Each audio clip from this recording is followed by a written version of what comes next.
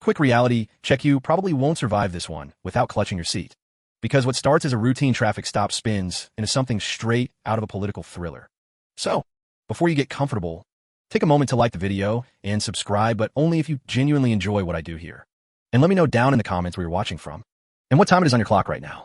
I'm betting at least one of you is watching this at 3 in the morning, wondering why your popcorn is already gone. The night air in Riverton hangs heavy. A mix of fried food grease from the corner diner and damp concrete after a lazy drizzle. Alana Pierce tugs her sweatshirt tighter, walking away from her mother's row house with folded grocery bags stuffed in her pocket. She looks like any other neighbor heading home, ordinary, unassuming. That's exactly what Sergeant Wade Kane and his crew assume when their cruiser lights burst to life, painting the cracked pavement in flashing red and blue. They've cornered a kid, Kean Brooks, a church volunteer with quiet manners. He pleads that he's coming from his grandmother's, his voice shaking like a loose guitar string. Kane, broad-shouldered and grinning like a wolf, sneers the old line, "You fit the description. You know the description, young, black, and in the wrong place after dark." Historians still argue whether fitting the description has ever actually meant anything other than license to intimidate. Alana steps forward, calm as stone, voice even. He's not resisting. "You don't need 3 officers." Kane spins on her like she's a gnat. "Back up now, or you'll be joining him." Classic bully move. And just like that, fists fly. Kean gets yanked. Someone shouts, "Stop resisting." And Alana's instincts, those FBI-honed reflexes, ignite. She sweeps, deflects, controls, moving like someone who spent a lifetime learning how to fight without killing. Imagine Jason Bourne, but with better morals and zero soundtrack. Neighbors start peeking out, phones recording, tension building. Kane bull rushes her, driving her face to the concrete, his forearm locking around her throat. The champ begins, "Stop resisting," like some grotesque mantra. Her lungs burn. Vision flickers. Kean's panicked voice cuts through. "You're killing her." The irony stings an FBI director, choked out on the same streets she's sworn to protect. Sirens wail in the distance, but they blur in her ears as blackness crawls in. Phones record every second, shaky but damning. For a moment, it looks like Kane has won. That brutality will once again be swept under Riverton's dirty rug. But then paramedics arrive. One EMT's eyes widen as he checks her ID, and the world tilts. Alana Pierce isn't just some bystander. She's the director of the FBI. And Kane? He just tried to choke out the most powerful cop in America. The hospital buzzes like a hornet's nest after someone swats it with a broom. Nurses whisper. Security guards stare. And Chief Warren sweats through his collar when he realizes the woman lying battered on the gurney isn't just Inionesh, the FBI director. His excuse stumbles out. "If we'd known who you were," but Alana rasps back the line that slices him in two. "You knew I was human." Sometimes 5 words pack more punch than an entire press conference. The fallout spreads faster than a cat meme on the internet. Videos explode online. Hashtag and Riverton streets hum with the same rhythm of outrage that fueled civil rights marches decades before. Church elders organize calling campaigns. Neighbors swap casserole pans for protest signs. And suddenly Kane's smug face is on every screen. It's almost comical. Historians still argue whether power unravels because of conspiracies or because of kitchen gossip. In Riverton, it's both. Behind the scenes, Alana and U.S. Attorney Marta Velasquez dive into a mess that smells worse than week-old sushi. Kane isn't just a hot-headed sergeant, the enforcer of a ring called the Grays.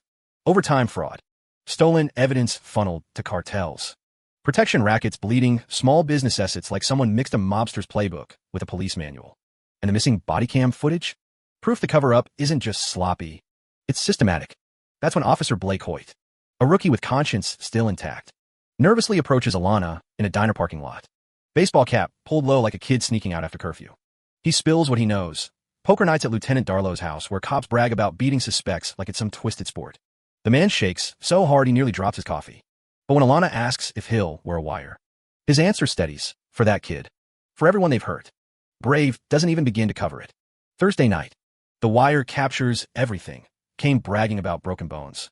Darlow joking about teaching lessons. Cartel men unloading pills straight from the evidence locker. It's all there.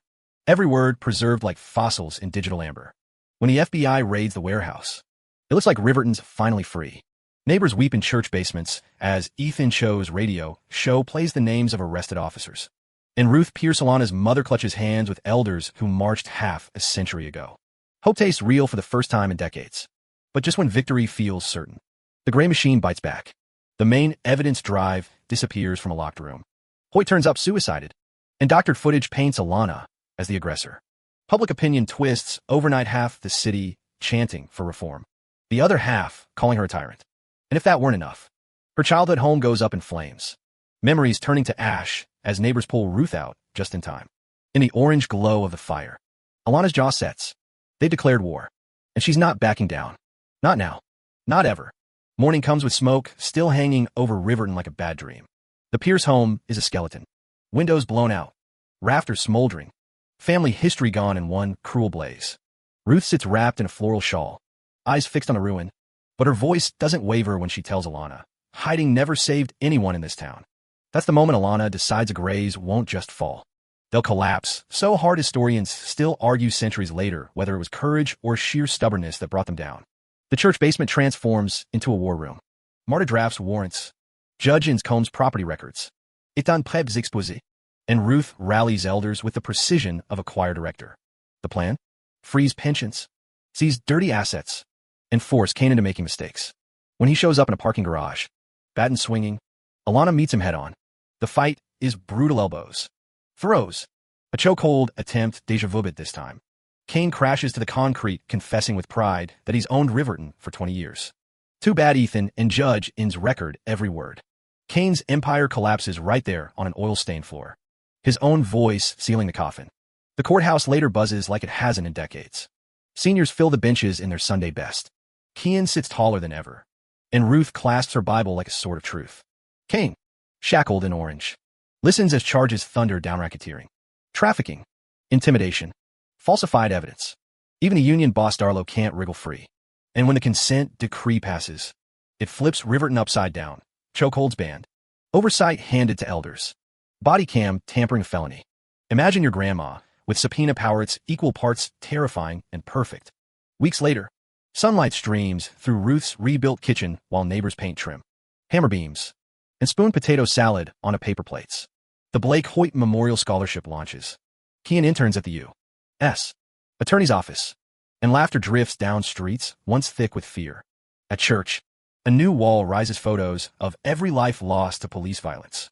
Alana stands before it, voice steady, telling her community, we don't wait for the light. We become it. The choir hums. The congregation rises. And the sound swells until it feels like Riverton itself is singing. For the first time in decades, justice isn't a headline, it's a heartbeat. And now, let the pace soften, like footsteps fading on a quiet street after midnight. Picture Riverton not in chaos, but in calm, the houses repaired. The church windows glowing with morning light. The scent of cornbread and coffee drifting through the air. Imagine Ruth sitting on her rebuilt porch, rocking gently, humming hymns that carry on the breeze. Children play tag without looking over their shoulders, their laughter mixing with the church bells in the distance. Alana walks those same streets, bruises fading, carrying the weight of what's been lost, but also the strength of what's been gained.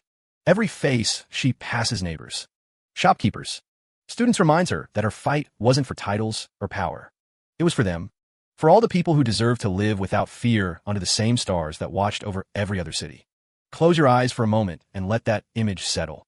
A city washed clean by rain, sidewalks drying in the sun, and a community that once whispered, now speaking in one strong, unified voice. Not everything is perfect, no city ever is, but the silence of resignation has been replaced by the hum of hope. That hum is steady, resilient, and maybe, just maybe, eternal. So, as the story fades, breathe a little deeper. Know that even when darkness feels permanent, morning always arrives, painting everything with gentler colors. The Pierce home stands rebuilt. The oversight board takes its seat, and Riverton begins a new chapter not written by corruption, but by community. Let that be your lullaby tonight, the reminder that justice, though bruised and battered, can rise again. The sun is already climbing. The light is already here. Sleep easy, friends.